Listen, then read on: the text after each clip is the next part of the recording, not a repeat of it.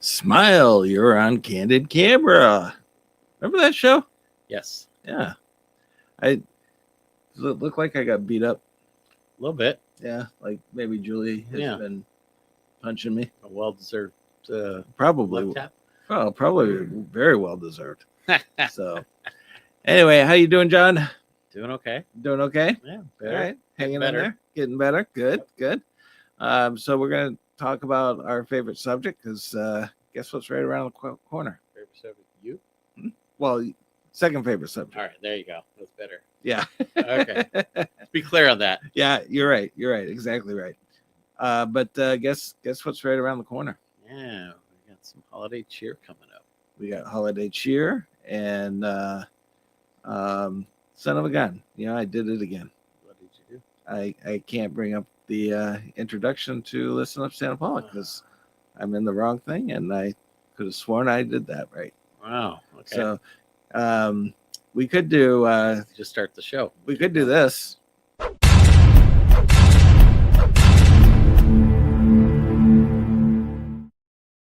There you go. Close enough. I Welcome to Listen Up Santa Paula, your friendly local podcast who can't seem to figure out how to do this correctly.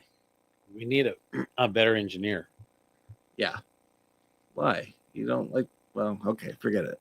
We should trade seats one day and let me You want to try it? take the show and Yeah. and we'll see how it rolls. Okay. Yeah. I'll let you try it. Yeah, at least once a year. Let Yeah. me sit behind let me have control. You can have that.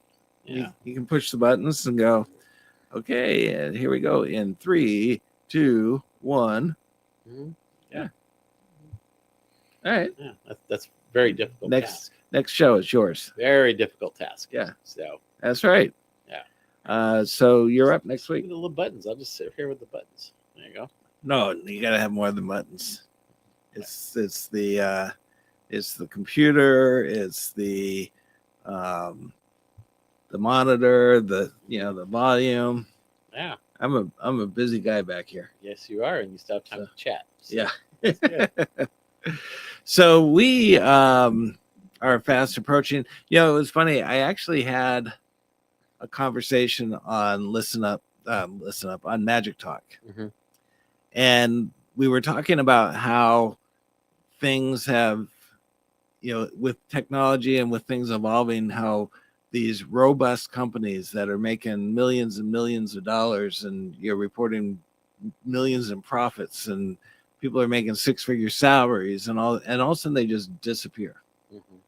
And the effect that it has, like for example, at the time Blockbuster was around, Mhm. I mean, that was like a gold mine. Yeah. And anyone who owned one was doing fabulous. Yeah. And now they're gone. There's one Blockbuster Is it still open? in on the West Coast I thought they somewhere. were talking about closing that one too. Did they? I don't know. I heard there was just one left. Mhm. And we were talking about how the home phone. I mean, did you ever imagine that there would be a day that you wouldn't have a phone in your house? Probably not. At least in my generation. Yeah. Our generation. Yeah. Yeah, and that the iPod, Mhm. where people were going around and with their MP3 players and stuff like that. That was the thing to have back then. Yeah. And now they're virtually non-existent. In a relatively short time. Yes, for those, yeah, Yeah. absolutely. Mhm. But it's amazing how you look at some of these businesses and you think that they're going to be around forever, like the Microsofts and the Apples and stuff like that. Yeah. And there used to be digital, and then digital went away, and it became part of that other Oracle. Mhm. So these major companies, you got Rite Aid now, that's disappeared. It's done. Mhm. They're over. Yeah. And so you wouldn't think that some of these things would come to an end, or you wouldn't expect them to come to an end, and then all of a sudden they just fade away. Rather quickly too. Some of them, yeah. Yeah. And Yeah. You're still seeing companies that are in trouble that may not be here next year. Yeah, like there was I was reading something, I forget what the thing was, but it was it was a it was another online community that was trying to kind of compete with the TikToks and stuff like that. But they paid you if you watched ads, if you clicked on links and stuff like that, you got paid. And in 2024, they closed their books with being valued at over $1 billion. They're gone. They shut their doors. That you go to the website now and it says, "Oh, we're done." So within an 8-month period, after reporting being a worth of $1 billion, they just vanished. Mm-hmm. And so it's like you look at it and you're going, wow, we're a $1 billion company, we're jumping along, and then all of a sudden it's like, what happened? Where did we go? Yeah, it happens pretty quick. Yeah. Oh. Yeah. And it's like you remember back in the late 90s before we got to the 2000s, people were getting paid. People were getting ideas bought out for $1 billion in the .com. Oh yeah. Era. Mm-hmm. It's like people didn't even have a site, and they were still getting $1 billion offer for their idea. Mm-hmm. Those days are gone. Yeah, the .com crash. Oh my gosh, yeah. So when you look at it and you think, okay, so I perceive that we will see the death of retail as far as big box stores are concerned in our lifetime. I think the Guitar Centers and the Best Buys, I don't think Target or Walmart or those stores will go anywhere. No. But like the Best Buys, the Guitar Centers, the next level stores. Yeah. I could see those disappearing and everybody just going to online sales. Not that the company will disappear, but the actual shopping experience will disappear. Yeah. That's the probably due to Amazon. Oh yeah. I think Amazon kind of just crushed everything else. Yeah, and if you think about it, if Amazon, so before Amazon, it could take you 3 weeks to 4 weeks to get a product. Exactly. If you ordered it online. Mm-hmm. So you had to have a lot of patience. And so a lot of people were like, well, no, I can go down to the local store, pick it up and have it now. Yeah. But there are some things that you just couldn't find. Like if I wanted to buy a magic trick through one of the magic shops, it would take a good 2 to 3 weeks before I would ever see that product, before it even gets shipped. Yeah. When magic shops, when you ordered things from magic shops before COVID, they never shipped the same day or the day after. It always took a little bit of time for them to put it all together and get it shipped out. And so you're waiting 2 to 4 weeks for something to come in. If Amazon did that same thing, I don't think Amazon would have ever become Amazon. But the fact that you can order something now and in some cases have it there tomorrow. Or the same day. Yeah. Mm-hmm. Depending on when you order it. Yeah, if you order in the morning, you might have it by the afternoon, depending on where their distribution center is. Right. And we have one in Camarillo, so you technically could get your stuff the same day. What's the one in Oxnard? That's the one, or Oxnard, Camarillo, right there. Yeah. Okay, so that's all right. Yeah, so you get that. And then if you can't get it that day, it's max maybe 1 or 2 days. Mm-hmm. Yeah. And I think it's for that reason that people are like, well, heck, I'll just do it online. Because they have a busy schedule. They have kids. Their kids are doing sports. It's not like the old days where you would work Monday through Friday, and then Saturday and Sunday would be your shopping days. Now everybody work. A lot of people work weekends. There's kids stuff. So it's like, when do you have time to actually go do all that stuff now? Right. So, and that's Amazon figured it out how to do this. And it's because of COVID that they figured it out. Yeah. And they learned real fast. Oh yeah. Yeah. They had the funding and the infrastructure in place, so, yep. But yeah, that's cost a lot of these retailers. But you look at the other retailers that have kind of got away, like the Sears and was it like even J.C. Penney's now, and then who's else is out there? That's Yeah, Macy's. Macy's and all that. They never figured out how to go online because they probably just didn't have the infrastructure to cover all that. They didn't have those warehouses that they could ship, and my previous company dropped the ball when COVID hit. They were a home delivery service and they couldn't deliver. Oh wow. Yeah, so they were eaten up by everybody else. It's funny because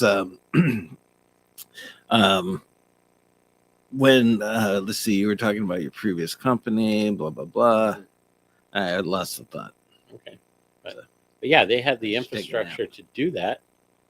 Schwann's, the frozen food company. Yep. And they had the infrastructure in place, some of it in place, but they just didn't have the well, they had the home delivery aspect down, but they didn't have the infrastructure for warehouses to be able to get it done quicker. You would actually order something, you wouldn't get your food for a week or two. Oh wow. And that was the old model. That was how it was. Yeah. And it's like, if I order something online, I should be able to get it within a day or two, if that. Right. But they never could shorten that time frame. Wow. And people, during COVID, they wanted their stuff now and they couldn't deliver. So guess what? Amazon started doing, Walmart started doing delivery, Vons, all these other grocery stores started doing delivery or pickup at the door, and just pushed them out of the industry.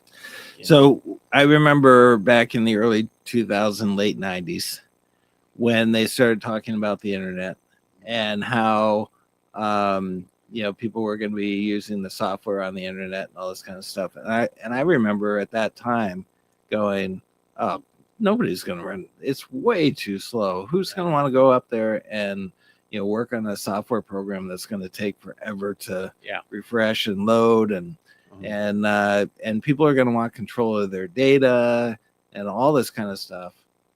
And I was wrong. People live in the cloud all the time. Almost everything is in the cloud now. Yeah. Yep. Yeah. Companies put all their files and all these other things in the cloud now. Yeah, you got OneDrive, you got Dropbox, you got Google Drive, and so iCloud. I mean, we've converted all of our stuff over to Dropbox and Google Drive, and so we have and that's a chore to do it, but it's that's the way to go. Yeah. Before, everybody used to just have it on their one computer, and that was where everything was buried. Yeah, and that's the danger, because and I think we all fall victim to it, because we sit there and we look at something new that's coming down the pike and we're going, yeah, that's not going to take hold. Or you dig your heels in, you're going, well, I'm not going there. But then all of a sudden you find out, well, you better go there, because you aren't going to be in business if you don't. No, they'll push you right out. You need to be able to adapt to the current times. Yes. And it doesn't take a lot of money to do it, if you just do it right, I mean, there's organizations out there that can help you, like we talk about with businesses, like Women's Economic Ventures. They have people that can help you for free how to redo things, your business plan, or how to do, Economic Development Collaborative. They have people there EDC, that can actually help you adapt and adjust, and this is all no cost. Right. So there's things out there, but I think people are afraid for change, especially small businesses. I never thought, we looked at our parents and stuff, and we were always like, man, they just can't adapt. And you look at yourself and you go, oh, I can, change. I pick this up like in a heartbeat. But as you get older, it gets a little more difficult to start doing that change. I mean, at our age, there's 3 or 4 generations now, and it's like the technology is a lot different, like our grandkids. I mean, how old they are. I mean, they have no idea anything about what happened in our generation. It's long ago, but we talk about telephones. They had no idea there's a landline phone. They never will, I've had kids pick up the phone in our escape room and go, why is there a cord on it? Yeah. I saw a great video the other day, just looking at Facebook just to see what's going on. People are posting stuff, and I search every once in a while to see if there's any kind of poster stuff. And somebody did a video and I don't know if it was through AI or whatever, but it was about the 80s. and they were talking about all the different things in the 80s that you had.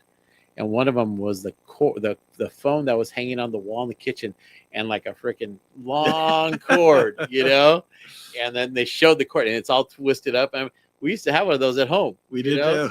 And you could take the receiver of the phone, and you could go to 2 or 3 different rooms and almost the entire house because that cord was so long, because there was only one phone in the house. That was it, but it went to everywhere in the house. My brother and I used to pace when we would talk on the phone. And so we would be walking up and down the hall on the phone, and then of course you're tripping everybody because you got cord in the way. But that was so one day my mom put a shorter cord on there. She's like, "That's it, I'm done," and she shortened the cord. Hey, but that was the thing, because like if somebody wanted privacy, they go to the room or whatever. There's no other phone hookups. Right. That was it. So you had to get a long cord. But yeah, it was funny seeing that. I was like, oh yeah, there's a lot of things back in the, they talked about, like when you're out playing and you don't go in until it gets, getting dark. Then you go in, So they had all these different things about the 80s. Yeah, and you were riding your big wheels, and you were out there in the, outside riding your bikes, Mm-hmm. and Mm-hmm. your parents didn't worry. It was like No. until the street lights went on. Mm-hmm. Then they were like, "Where are you? Why aren't you home?" Used to have a friend that was when we were 3 or 4 houses down the street, and we'd be outside. All of a sudden, you hear his dad whistle. He knew the whistle. When that came out, time to go. Grab your stuff and go, because you had 5 minutes to get home. Kind of thing. You know what I mean? So that's just the way it was. Now,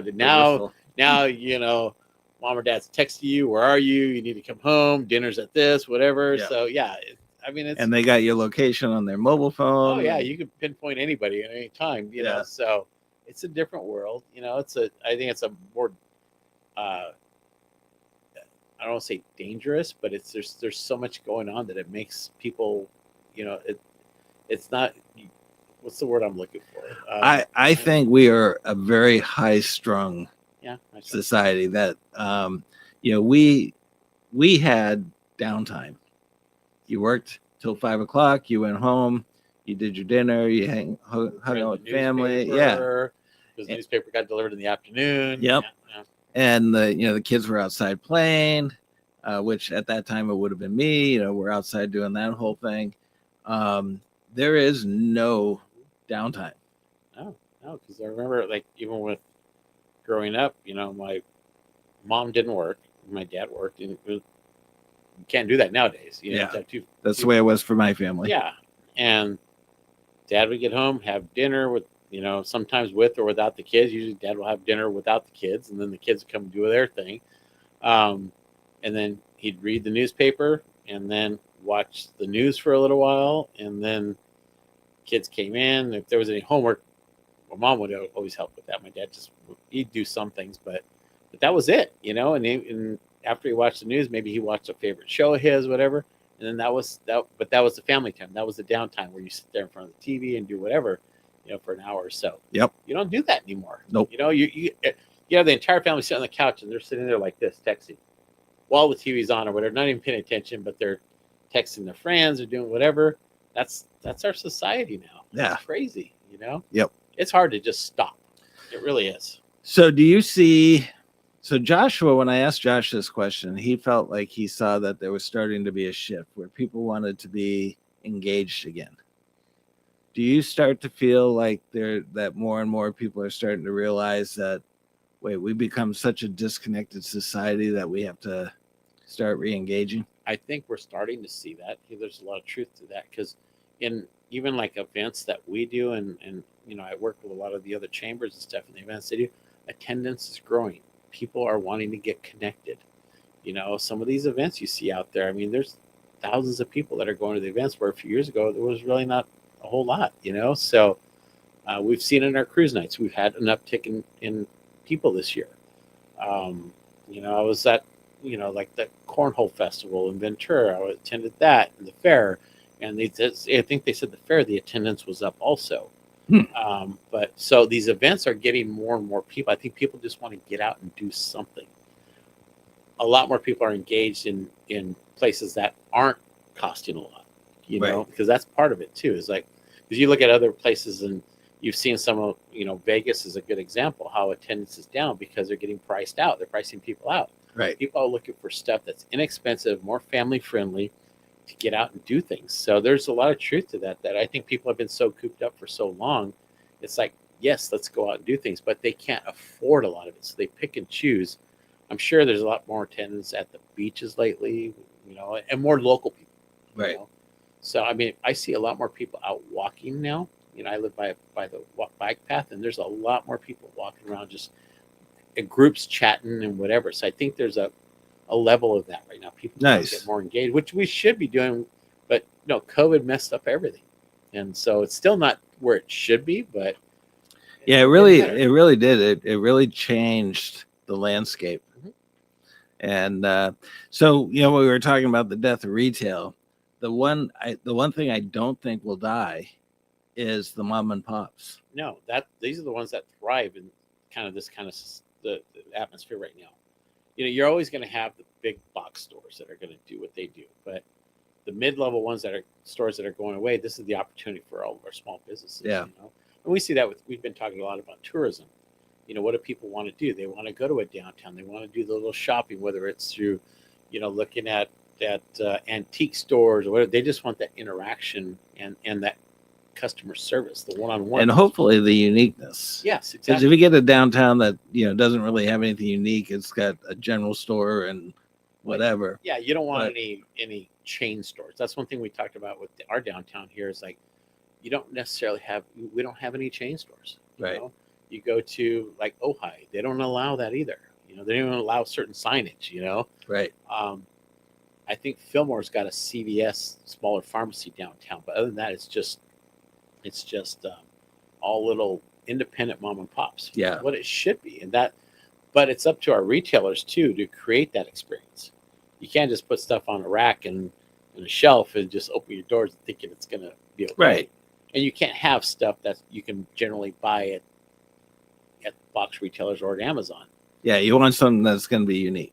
Yeah, and you go to some of our chamber members. You look at like E&D Boutique. You know, he's got several other people that are in there that have displays that do their home-based businesses that have a space there to sell, but it's all handcrafted, unique stuff. Right.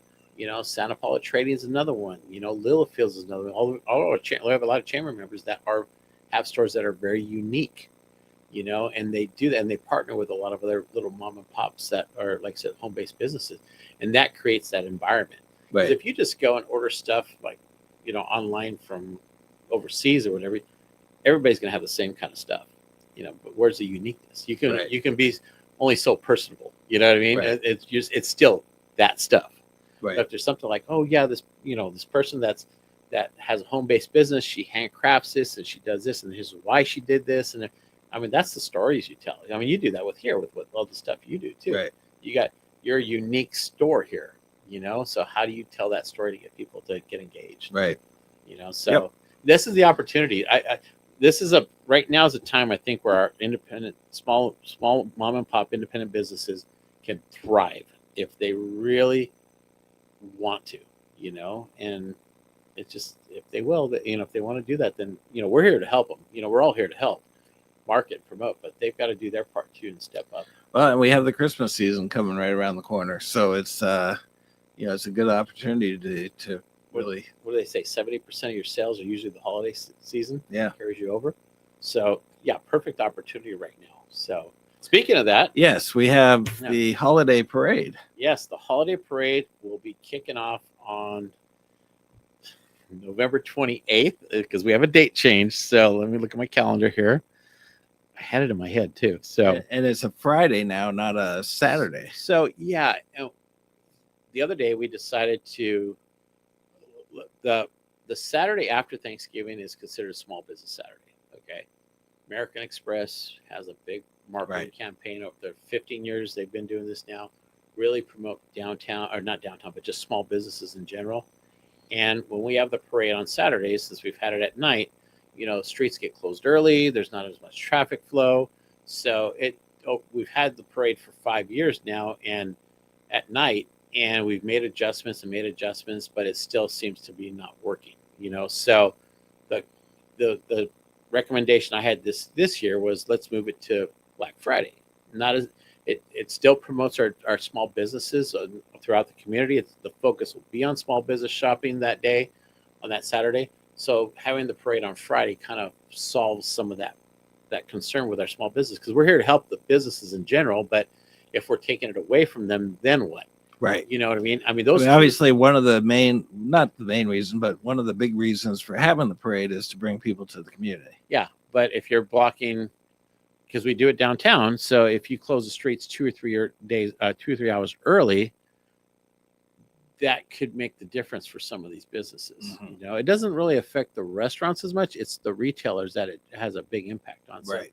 we had to be mindful of that. We've had numerous discussions since like February on this, and so we finally had to put a drop dead date. And so my recommendation was we move it to Friday night and see what happens. So it's the 75th anniversary of the parade, so we could possibly be starting a new tradition. So we're going to really promote. It's a whole weekend. We're going to close Davis Street from the alley to Main Street the entire weekend. Oh, So Friday will be the parade. So we'll be setting up a stage and doing all that. Saturday, we're going to do some programming there. We're going to work with the Parks and Rec department and work with some of the museums and stuff, and see if we can create a whole day long thing for everybody to come in and hang out the whole day. Stores, we're talking about doing some kind of marketing promotion where maybe there's a scavenger hunt type thing where they go to stores and visit and they buy something, maybe they get something, whatever. you should have a magic show for the families. Yeah, we're looking for entertainment. So strolling magic up and down Main Street. No, just are you gonna have a stage or anything, or We possibly could have a small stage. yeah? So if not, I'm pretty sure you can work on the street level, right? Too. You can Well, too. It's harder.